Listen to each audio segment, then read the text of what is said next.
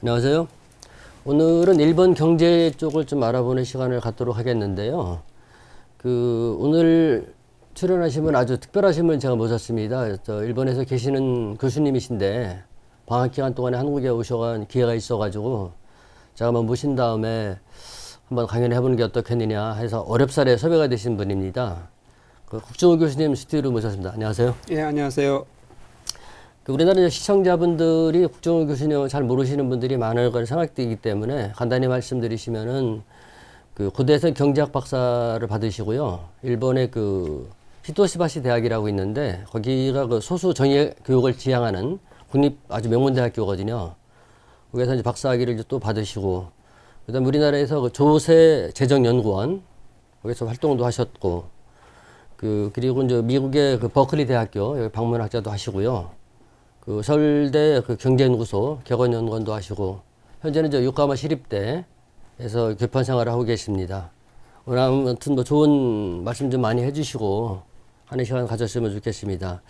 오늘 내용은 제가 3부로 구성을 해봤는데요. 첫 번째 1부에서는 일본 경제의 현 주소, 그 다음에 국가 경쟁력이 어떻게 될 것인지, 그 다음에 2부에서는 최근에 일본 경제 정책의 현황은 어떤지, 또 이것을 어떻게 평가를 해야 될 것인지 하는 부분하고, 마지막 3부에서는 우리나라와 일본 간의 사람들의 사고방식의 차이, 그리고 거기서 느끼는 시사점은 무엇이 있는지, 이런 거를 알아보는 시간을 갖도록 하겠습니다. 말씀대로 1부에서는 우리나라 일본 경제 현주소, 국가 경쟁력에 대해서 알아보겠는데요. 교수님, 예. 저희가 일본 하게 되면은 2차 세계대전 끝나고 나서 소위 말해서 더글라스 맥카더 장군의 45년 체제, 그 다음에 6.25 전쟁을 통한 또 국가 도약의 기틀을 마련했고, 그 다음에 60년대와 70년도에 이케다 하야토인가요? 예. 총리하고 사또 에이사쿠, 그 시절에 군 내지 10% 정도의 높은 경제 성장. 그 다음에 70년대 들어와서 오일 쇼크를 겪으면서 일단 4 내지 5% 정도 경제 성장.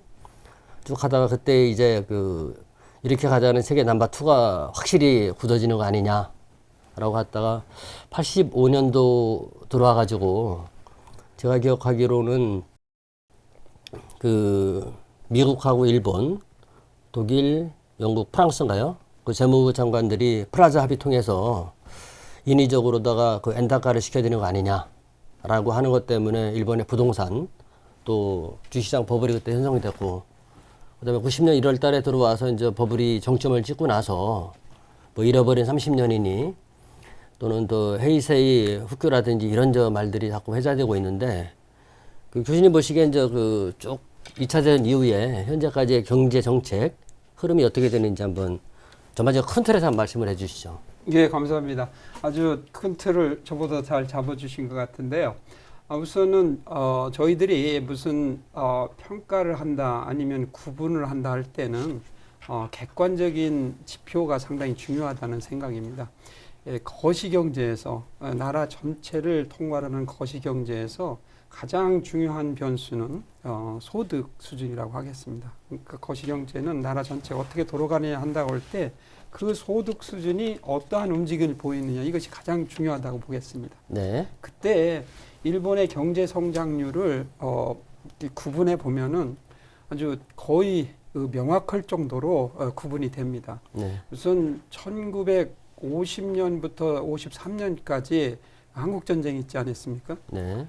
그때 참 한국으로서는 불행이었는데, 비극이었는데 일본으로서는 경제 성장을 이루게 된 그런 기회가 됐고 계기가 됐죠. 아이러니라고 할 수 있겠습니다. 네.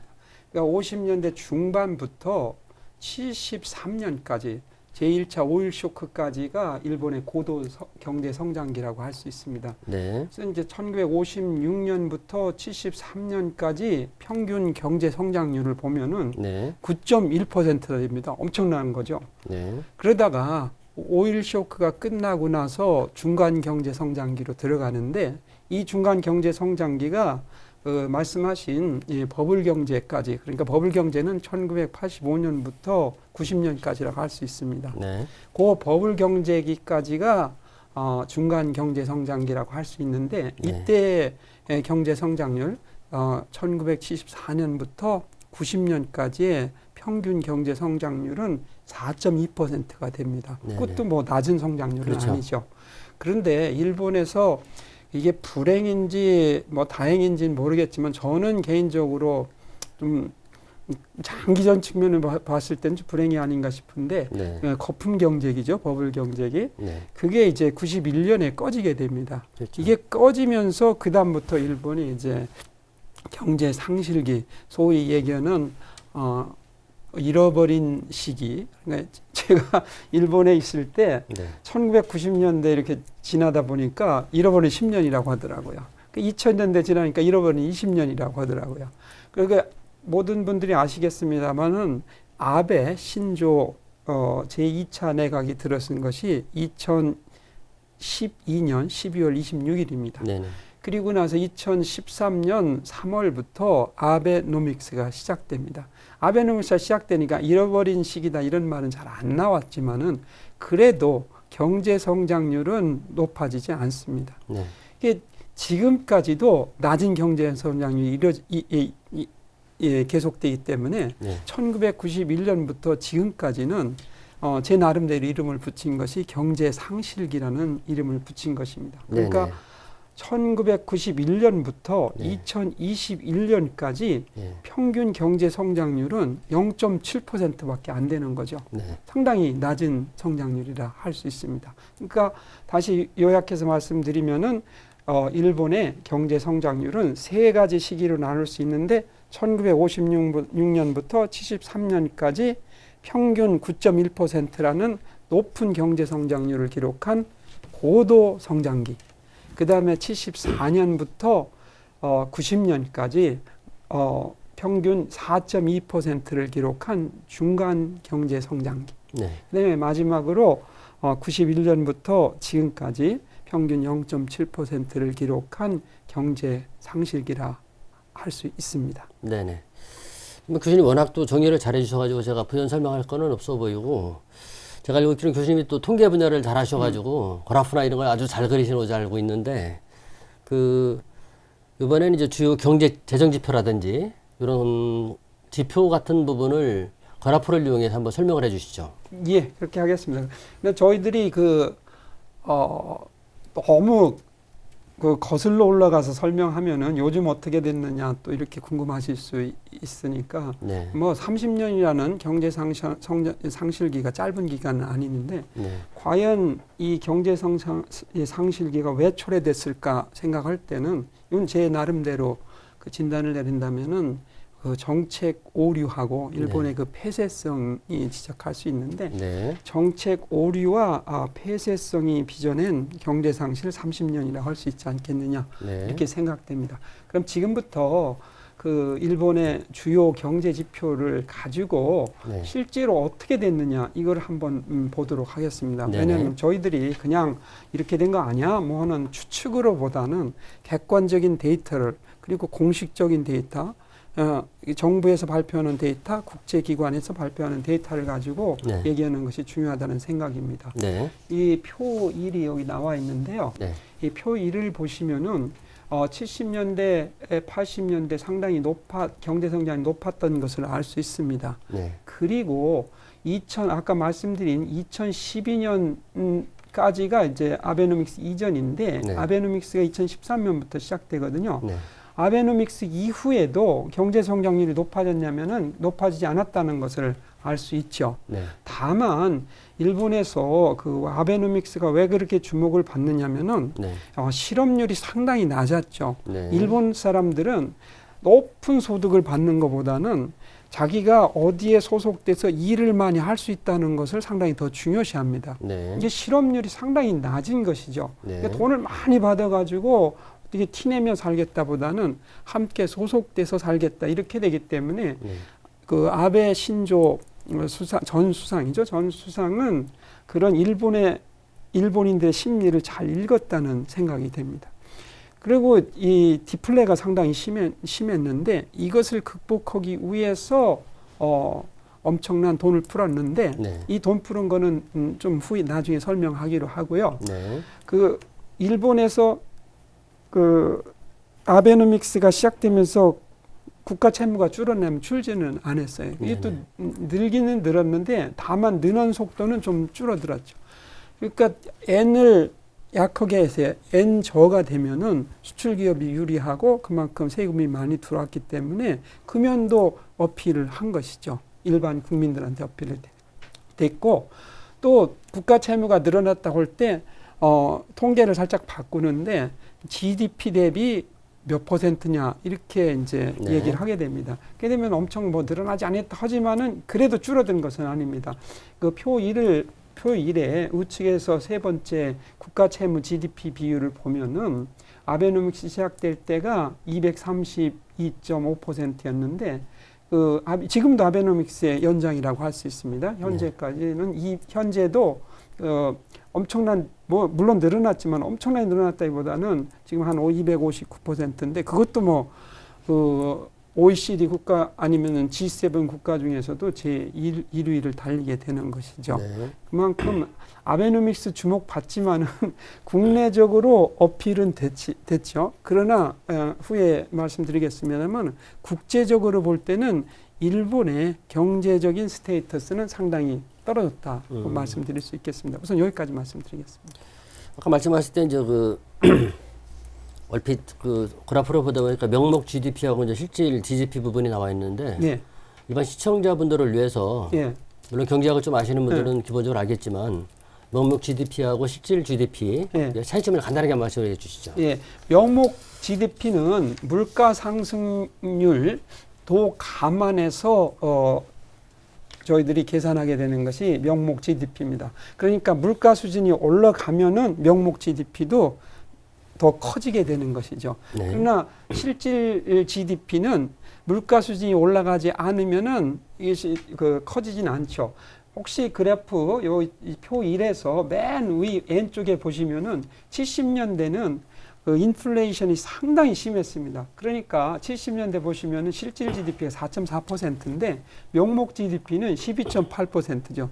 이거는 70년대는 엄청난 인플레이션이 있었다는 얘기죠. 그런데 그 이후에 보시면은 일본이 이제 무슨 얘기를 하냐면은 디플레이션 얘기를 하거든요. 디플레이션은 물가가 안 올라간다는 것이잖아요. 네. 그렇다면은 명목 GDP, 실질 GDP는 별 차이가 없다는 것이죠. 그 이후에 그러니까 일본이 아베노믹스 때 얘기한 디플레이션이다 이런 얘기는 명목 GDP나 실질 GDP나 별 차이가 없다는 것이죠. 거의 물가 상승이 제로라 생각되니까 그 증명을 할 수 있는 것이 2000년대 이후 쭉 보시면은 실질 GDP나 명목 GDP 성장률은 이게 거의 비슷하게 되는 것이죠. 간단히 말씀드리면은 명목 GDP는 물가의 수준을 반영한 GDP고 실질 GDP는 기준연도를 설정해가지고 기준연도에서 얼마나 GDP가 변했느냐 한다고 할 때 그 변한 것이 실질적으로 얼마나 변했느냐 이게 똑같으면 안 변했다고 하는 것이 되기 때문에 실질적으로 실질 소득을 측정할 때는 실질 GDP가 되는 것이죠. 아까 말씀드린 9.1%, 4.2%, 0.7% 이건 전부 실질 GDP로 말씀드린 것입니다. 네, 알겠습니다. 그러면 일단 아베 신조 얘기를 안 할 수가 없는데 제가 알고 있기로는 이제 아베 신조 수상이 2006년도 9월달인가요? 그때 이제 한 1년 정도 총리하면서 이제 최연소 총리라는 그런 말도 있었고 그러다가 귀향성 대장염인가요? 그러다가 또 본의 아니게 다른 원인도 있었겠지만은 표면상의 원인은 그러다가 사임을 한 걸로 알고 있었고 그다음에 이제 지난 7월달에 참의원 선거 지원 유세 제가 기억하는 거기가 야마토 사이다이 지역으로 알고 있는데 거리 유세를 하다가 야마카미 테시아인가요? 그 젊은 친구한테 이제 총에 맞아 돌아가셨는데 이게 지금 물론 얘기 들어가다 보면은 또 아베 신조 경제 정책 가지고 또 여러 가지 이제 해석이 나올 수 있겠지만 일단은 정치적인 문제는 떠나서 일본에서는 아베 신조가 죽기 이전까지 아베노믹스니 또는 고노다 총재하고 관계라든지 여러 가지 얘기가 나왔었는데 우선은 최근 국제 비교로 봤을 때 일본 경제의 위상이 어떻게 변해왔는지 그리고 요새 우리나라 매스컴 보게 되면은 일본의 과거보다는 좀 못하지 않느냐라는 게 이제 언론에 흘러나오고 있는데 교수님은 또 일본에 살고 계시니까 일본 경제 현 주소라고 할까요? 이런 것만 말씀해 주시죠. 예, 감사합니다.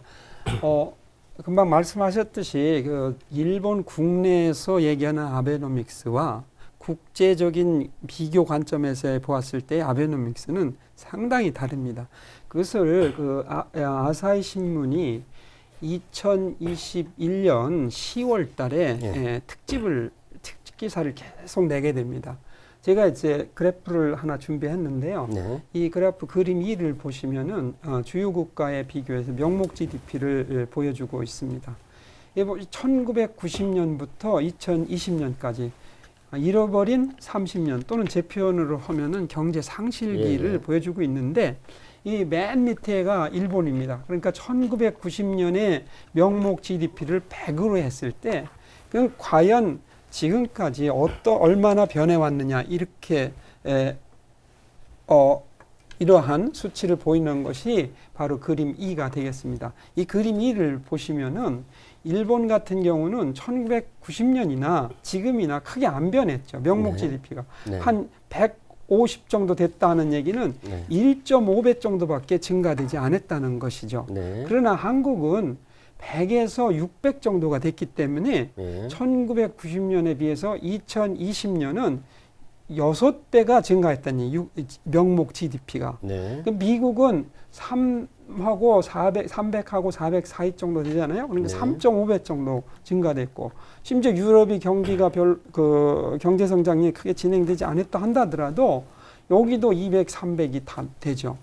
그러니까 일본이 국제적으로 봤을 때 얼마나 정체되어 있느냐 하는 것을 말씀드릴 수 있겠습니다. 이에 비해서 일본이 중국한테 GDP 절대 규모에서 떨어지는 것이 2010년이거든요. 근데 중국도 살짝 보여주고 있는데 중국은 1990년과 2020년을 비교할 때 37배나 증가한 거예요. 3,712로 나오는데 37배. 그러니까 엄청난 차이가 있다는 것을 볼 수 있습니다. 금방은 명목 GDP를 가지고 말씀드렸는데 그럼 소득수는 어떠냐? 평균 임금 가지고 한번 보시죠.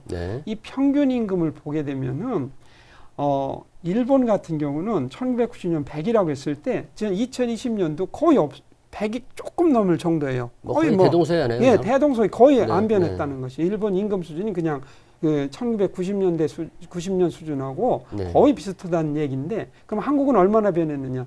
100에서 한 190 정도 되니까 1.9배, 2배 가차이 증가했다는 것이죠. 그리고 미국이나 영국 뭐 이런 나라 같은 경우도 실제로 140을 넘으니까 한 1.5배 가차이 증가됐다는 것인데 일본은 거의 변화가 없다는 것이죠. 그렇다면은 정말 일본이 왜 이렇게 됐을까 하는 요인 그거를 짚어볼 수 있는데 그거를 지금 말씀드릴까 아니면 다음에 말씀드릴까? 지금 말씀 나오시면 한번 해주시죠. 그러면 사람들이 궁금하잖아요. 왜 일본이 이렇게 정체됐을까? 그것이 이제 상당히 궁금하시리라 생각되는데 저 같은 경우는 크게 두 가지로 봅니다. 하나는 이제 거시경제 쪽에서 볼 수 있는 거고, 하나는 이제 미시경제 쪽에서 볼 수 있는데, 거시경제는 나라 전체가 어떻게 돌아가느냐를 보여주는 것이고, 미시경제는 기업이나 가게가 어떤 행동을 해서 어떤 경제적인 업적이 나타나느냐 이렇게 되죠. 그때 하나의 기업의 세계 전체의 기업을 통틀어 봤을 때 과연 세계에서 시가총액을 이제 발행총 주식수에다가 곱하기 주가를 하면 시가총액이 나오지 않습니까? 그렇죠. 그 시가총액으로 봤을 때에 그 세계 주요 기업의 그 순위를 보게 되면요. 그 전에는 일본 기업이 토요타라든가 이런 것이 거의 뭐 세계적으로 이렇게 힘을 발휘했는데 10등 안에 많이 들었었죠. 지금은 뭐 표 2를 제가 준비했어요. 표 2를 보시게 되면은 일본이 그 일본 기업은 10등 안에 들어간 하나도 없을 뿐더러 미국 기업이 대부분 들어갔는데 이 미국 기업을 보시면은요 2위 애플 있죠. 애플, 마이크로소프트 해가지고 알파벳, 아마존, 그 다음에 이제 그 메타, 페이스북이죠. 페이스북, 엔비디아 이런 거 이게 6개나 들어가요. 그러니까 IT 관련 기업이 들어가고 또 하나가 이제 테슬라 있죠. 전기자동차 회사. 근데 테슬라는 전기자동차지만 앞으로 그 전자 쪽을 많이 또 채용할 거 아닙니까? 그리고 이제 버크셔 해서웨이니까 금융 쪽 담당하는 이 보면은 미국 기업이 거의 다 차지하게 되는데 일본 기업은 토요타가 지금 29위예요. 결국 일본은 이런 아날로그적인 그런 산업에서는 상당히 힘을 발휘했지만은 이 디지털로 오면서는 거의 힘을 발휘하지 못하고 세계 그 시가총액 순위에서 밀려났다는 걸 단적으로 보여요. 중국 기업 들어가는 그렇죠. 참고로 삼성전자 한 16위 정도가 됩니다. 이렇게 해서 미시경제 쪽에서 보게 되면은 이러한 디지털화에 그러니까 뒤졌다는 얘기가 되고 거시경제 쪽에서 보면은 정책 실패 그러니까 산업 정책, 금융 정책, 재정 정책에 실패가 있지 않았느냐 이렇게 말씀드릴 수 있는데 그 구체적인 정책 실패는 그 따로 기회가 있으면 말씀드리겠습니다. 예. 이제 교수님 말씀을 듣다 보니까 이제 일본이 90년대 초반에 거품이 무너지면서부터 그 국제적인 위상도 안 좋아지고 그 다음에 그 변화 이런 것도 거의 변동이 없고 아까 좀 기분이 좋았던 거는 우리가 한 6배 정도 명목 GDP 올라갔지 않았느냐. 임금은 한 1.9배 9배 정도 2배가 채 올라가고. 좀 약간 기분이 좋았었는데 그 관련해 가지고 제가 이제 궁금한 게 요새 이제 언론 같은 데 보게 되면은 뭐 우리나라가 일본보다 소득 수준이 정말 앞선지 모르겠는데 앞섰다는 얘기도 언론에서 조금씩 흘러나오고 있단 말이에요. 거기에 대해서 한번 말씀해 주시죠. 저희들이 그 일본을 앞섰다 그러니까 일본보다는 훨씬 더 한국이 좋은 나라가 됐다 이렇게 말씀하실지 모르겠는데 정확한 그 근거를 가지고 말씀을 해야 된다고 생각합니다. 그 정확한 근거는 역시 국제적인 데이터거나 아니면 국제기관에서 발표하는 데이터거나 그러니까 어떤 개인이 발표하는 데이터, 개인의 추측에 의한 발표는 저희들이 신뢰성 면에서 문제가 있다고 봅니다. 그 면에서 제가 하나의 그 그림을 준비해 봤는데요. 그러니까 한국과 일본의 소득 수준 비교로 해서 그 월드뱅크 세계은행에서 나오는 객관적인 데이터입니다. 그러니까 아까 잃어버린 30년 아니면 경제 상실기 30년을 말씀드렸는데 과연 1990년에는 몇 배 정도 됐고 지금은 몇 배 정도 됐느냐 이걸 한번 보도록 하시죠. 이때 말이에요. 소득 수준을 볼 때 저희들이 크게 이제 두 가지로 말씀드릴 수 있습니다. 하나는 그대로 나타나는 명목 GDP, 아까 말씀드렸잖아요. 물가 수준이 반영된 소득 지표로 볼 수 있는 것이 명목 GDP인데 이 명목 GDP는 일본이 한국보다 아직도 큽니다. 아직도 많죠. 그러나 같은 돈을 가지고 물가 수준을 반영해서 얼마나 그 물건을 살 수 있느냐 이것을 구매력 평가라는 표현을 씁니다. 근데 실질로 소득 수준이 얼마가 되느냐, 임금 수준이 얼마가 되느냐 할 때는 이 구매력 평가라는 걸 가지고 얘기를 하게 됩니다. 영어로는 Purchasing Power Parity라고 해서 보통 PPP라는 표현도 쓰기도 합니다. 그래서 그림 4를 보시면은 그 90년에는 일본의 소득 수준이 19,973달러예요. 2만 달러가 차이 됐죠. 근데 한국은 8,355달러인 거예요.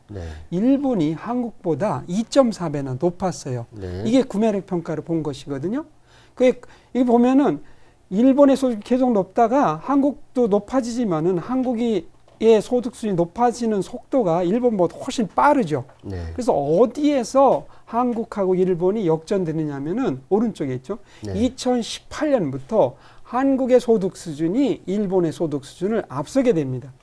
그때 한국의 소득 수준은 그 43,000달러 정도 되고 일본은 42,200달러 정도가 돼서 한국이 일본을 앞서게 되는 것이죠. 이게 정확한 데이터는 이것이고요. 그럼 지금 그러니까 2020년이 최신 데이터인데 월드뱅크에서는 최신 데이터입니다. 이 말씀드리면은 일본은 지금 42,390달러, 한국은 45,220달러로 제가 직접 계산해 보니까 일본이 한국의 0.9배, 그러니까 한국이 일본보다 10% 정도 높은 수준으로 돼 있습니다. 그리고 현재는? 현재요. 그 구매력 평가를 볼 때. 근데 또 이거는 또 임금 수준을 가지고도 비교를 할 수 있습니다. 이때 임금 수준도 이게 구매력 평가로 볼 수 있는데요. 그것을 보여준 것이 그림 5가 됩니다. 이 그림 5를 보게 되면은 한국이 일본을 앞서는 평균 임금, 이 소득 수준을 할 수 있는데 임금이죠. 가계가 받는 소득이니까 이 소득은 2015년부터 한국이 앞서게 됩니다. 네. 이게 좀 다르죠. 네. 왜 이렇게 되냐면은 일본 같은 경우는 기업이 많이 그러니까 그 뭐죠? retained earning 유보를 하게 내부 유보를 많이 하게 됩니다. 그러니까 그 한국보다 일본이 내부 유보가 엄청나게 많은 나라가 됩니다. 기업의 내부 유보가. 그러다 보니까 임금 수준은 한국이 일본을 2015년부터 앞서게 됩니다. 이게 약간 다르죠. 네. 그러니까 임금 수준은 2015년부터 한국이 일본을 앞서고 네. 그다음에 명목 구매력 평가로 보았을 때의 소득 수준은 2018년부터 네. 앞서게 되는 것이죠. 네. 근데 이거 좀 더 구체적으로 아주 이게 제가 열심히 그린 그림인데요. 한번 네. 보시죠. 그림 6을 보시면은 1973년 아까 제일 처음에 말씀드렸죠. 네. 그 1973년까지 일본이 고도 성장이 계속된다고 말씀하셨죠. 한국과 일본이 소득 수준이 제일 많이 차이 나는 때가 1973년입니다. 이때는 10배 정도 차이 나요. 네. 정확히 얘기하면 9.8배 차이 나요. 네. 그림 6을 보시면은 1970년 맨 꼭대기 그 산 꼭대기가 나타나 있는 것이 1973년이죠. 이제 9.8배입니다. 정확히 9.8배. 일본이 39,908달러, 죄송합니다. 3,998달러, 죄송합니다. 네. 한 4,000달러 되고요. 한국이 한 400달러 되죠. 그러니까 10배 정도 차이 나는 거죠. 그때는 엄청났었네요. 엄청나죠. 이렇게 차이는, 이거 제가 직접 그래서 보여주는 거죠. 이거 대충 얘기할 것이 아니고 저희들이 이렇게 1인당 GDP로 봤을 때 정확한 걸 가지고 말씀을 나누자, 이런 말씀 드리고 싶습니다. 네네. 그러니까 이게 이제 73년부터 계속 줄어들기 시작해서 지금 명목 GDP를 한국이 일본 앞서는 아니에요. 지금은 2019년에 나왔는데 맨 밑에 보시면은 어떻게 돼 있어요?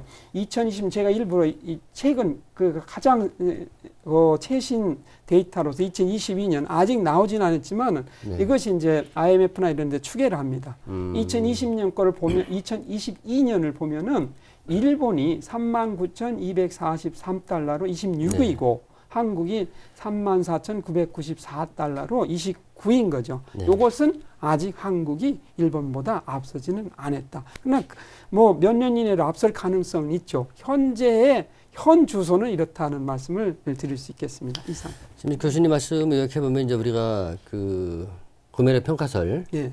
그쪽으로 해서는 2018년부터 그 앞서기 시작했던 거고 임금은 2015년도 예. 이때부터 앞서지 않은 말씀을 해주셨는데 그러면 이제 그 마지막으로 다른 이제 그러면 궁금한 게 있는데 예. 그 이제 우리가 경제를 따질 때 주요 경제 정책을 할 때 뭐 예. 재정 정책이나 예. 이제 금융 정책 뭐 이런 표현들을 많이 쓰고 있지 않습니까? 예. 일본이 그동안 어떤 변화가 있었고 예.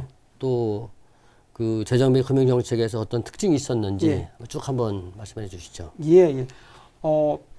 경제 정책을 크게 나눌 때 두 가지로 나눌 수 있습니다. 하나가 재정 정책이고 하나가 금융 정책입니다. 네. 이 금융 정책이 어떠한 특징을 보였느냐를 볼 때는 그 나라의 그 일반 회계의 세출의 구성의 추이를 보면은 확실히 알 수가 있죠. 네. 그런 측면에서 한번 표 3을 준비해 봤는데요. 일본 일반 회계의 세출 구성비를 한번 보시죠. 네. 이것을 보시게 되면 1965년 그 경제 성장이 한창일 때 보면은 사회보장 관계비가 한 15% 정도밖에 안 됩니다. 네. 그리고 문부, 이게 교육비라 생각하시면 되죠. 이게 한 13% 됐고, 지방으로 남겨주는 돈이 19%, 지방교부세 교부금이 19% 됐고, 공공사업이 21%나 네. 됐었어요. 그러니까 그 정부가 경제정책을 한다더라도 상당히 효과가 큰 그러한 위치에 있었었죠. 네. 이것이 거품 경제 꺼지고 나서 국채 발행을 엄청나게 하게 되고 네. 그러면서 저출산 고령화가 또 진행되고요. 네. 저출산 고령화가 진행된다는 얘기는 사회보장 관계가 엄청 늘어난다는 얘기고요. 또 그 경제 성장이 내려가니까 세금이 잘 안 들어오죠. 세금이 안 들어온다는 얘기는 사회보장은 늘어나고 세금이 안 들어오니까 어떻게 되겠어요? 저희들이 그 돈을 일본 정부는 그 돈을 국채를 발행할 수밖에 없는 식이 되는 것이죠. 네. 그러니까 일본 국채가 엄청나게 늘어나게 된 가장 큰 배경은 저출산 고령화에 따른 사회보장 관계가 늘어났다. 이게 제일 큰 것이고, 또 하나는 네. 뭐 재정 정책에서 좀 이제 낭비가 많은 지출도 있었다. 이것도 하나 꼽을 수 있습니다. 그거는 후에 그 금융 정책 관련돼서 말씀드리기로 하고요. 네네. 그 현재 그럼 어떻게 됐느냐? 이것이 엄청나게 변한 것을 2020년 데이터를 가지고 한번 체크를 해보시죠. 네. 그러면은 2020년 데이터를 보게 되면은 사회보장 관계비가 그 일반 세출의 35%, 3분의 1이 넘어요. 그렇죠. 엄청난 것이죠. 그리고 그 교육비라고 할 수 있죠. 이것은 5.4% 확 줄어들고 국채비가 한 23% 정도 되는 것이요. 한 4분의 1 정도로 늘어나는 것이죠. 네. 65년에는 국채비가 없었단 말이에요. 국채비라는 건 국채 상환할 때 비용하고 이자 비용이거든요. 그렇죠. 그 두 가지가 들어가는 게 거의 예산의 4분의 1 정도가 들어간다는 얘기고, 지방교부세 교부금은 거의 법률로 정해져 있기 때문에 큰 변화는 없어요. 그러나 이게 특징적인 것 또 하나가 공공사업 관계비가 엄청 줄어드는 것이죠. 옛날에는 그러니까 65년에는 21%였던 것이 현재는 6.7%밖에 안 되니까 정부가 어떤 정책을 추진한다 한다더라도 경제에 부음을 일으킬 수 있는 여력은 거의 없어졌다고 볼 수 있게 되는 것이죠. 네네. 네. 그리고 이 그래프를 또 하나 준비했는데 이 네. 그래프를 보시면은 이 그래프는 악어의 입이라는 아주 그 속칭이 있습니다. 뭐냐면 네. 왜 그러냐면 이 보시면 악어가 입을 벌리고 있게 되는 모습이죠. 오른쪽으로 예, 이렇게 해서? 오른쪽을 보고 악어가 입을 벌리고 있어서 그 악어가 입을 벌린다는 위가 세출이고 그 아래가 국세 수입입니다. 네. 이 요것도 탁 표가 나죠. 어디서부터 표가 나면 거품 경제가 꺼지면서부터 이게 악어의 입이 벌어지고 거품 경제 때 꺼지고 나서 저출산 고령화가 심하게 진행되고 네. 그래서 일반회계의 세출은 엄청 늘어나고 대신에 거품 경제가 꺼졌으니까 성장률은 내려나고 조세 수입은 줄어들고 이렇게 되다 보니까 그 차이가 커지고 그 차이를 뭐로 메꾸게 해야 되냐면은 국채 발행을 해서 메꾸게 되고 그 막대 그래프가 바로 국채 발행액을 얘기하게 되는 것이죠. 그리고 2013년 그 이후부터는 여기서도요 아베노믹스가 자랑하던 것이 왜 그러느냐 2013년경부터 그 국세 수입이 늘어나게 되죠. 그러니까 아베노믹스에는 봐라 국세 수입이 늘어나지 않느냐 이거를 또 국민들한테 어필하게 네네. 되는 것이죠. 그렇다고 이 악어입이 완전히 닫혔냐면 닫히지 않았죠. 네. 그래서 일본의 재정 정책의 큰 목표는 이 악어의 입을 다물게 하는 것입니다. 그렇죠. 그리고 요거는 2019년까지인데 네. 금방 위에 것은 제가 직접 그린 거고요. 네. 이게 이제 그 일본 재무성에서 보이는 것인데 최신 들어갔거든요. 네. 그래서 보면은 2020년 요 위에 그 오른쪽 밑에 보면 2020년이 있는데 코로나가 이때 시작되잖아요. 네. 그래가지고 코로나 때 위에 보면은 악어의 위에 그 위 턱이 엄청나게 높아졌다는 걸 알 수 있죠. 이게 그만큼 재정 적자도 2020년에는 상당히 심했다고. 난 것을 보여주고 있습니다. 이게 심해졌다는 건 아까 저출산 고령화에 따른 사회보장비라고 했는데 네. 그 사회보장비의 가장 큰 것이 연금, 네. 그다음에 의료, 네. 복지가 됩니다. 이 보시면은 제가 그림 8을 준비해봤는데 사회보장 급부비가 연금 엄청나게 증가하죠. 네. 그다음에 의료 엄청 증가하죠. 일반 복지비 지출 증가하잖아요. 근데 이거는 1990년대부터 증가한 게 아니고 73년부터 증가해요. 그 가장 큰 이유가 뭐냐면은 1973년을 일본은 복지 원년이라고 그래요. 네. 그러니까 선진국의 사회보장 제도를 마련하는 것이 언제냐? 1973년입니다. 네. 그래서 복지 원년이라고 해서 선진국의 사회보장 제도를 마련하게 되는 것이 1973년인데 이때 정부 관료들이 착각을 하죠. 어떻게 착각을 하냐면은 경제 성장률이 상당 정도 유지될 거다. 이렇게 착각을 하죠. 그러니까 복지의 그 지출 수준도 좀 높게 책정을 해요. 일단 한번 책정해 놓으면은 그걸 금방 바꿀 수가 없죠. 그렇죠. 그러니까 여기 아주 명확하게 나타나잖아요. 1973년부터 복지 지출이 확 늘어나죠. 그 이후부터 계속 늘어나고 거기에다가 그 박차를 가한 것이 저출산 고령화로 연금, 의료 지출이 엄청나게 늘어나게 되다 보니까 네. 그것을 조달하기 위해서 국채 발행을 엄청나게 했고 그것이 일본의 재정 적자를 심하게 했고 국가 채무가 늘어나게 된 주요 요인이었다. 그걸 이제 주요 국가 비교해도 네. 확실하게 알 수 있다는 것을 보여주고 있습니다. 여기까지 말씀드리겠습니다. 그 지금 교수님 말씀을 들어보니까 지금 우리나라도 마찬가지인데 예. 그 사회 보장비 많이 나가는 거, 예. 그다음에 일본도 계속 이제 국채 발행하다 보니까 이자는 갚아야 되고 그게 한 4분의 1 정도 차지를 하고 이게 우리도 지금 옆집 얘기할 때가 아닌 것 같아요. 예. 지금 연금 문제라든지 의료 문제, 보험 문제 예. 시간이 가면 갈수록 이제 계속 투입이 될 텐데 여러 가지 반면 교사되는 부분이 많다고 생각이 듭니다. 그 일단 1부에서는 여기까지 말씀 듣고요. 예. 잠시 후 2부에서 또 다른 주제로 해서 예. 말씀 나눠보도록 하겠습니다. 고맙습니다. 예, 감사합니다.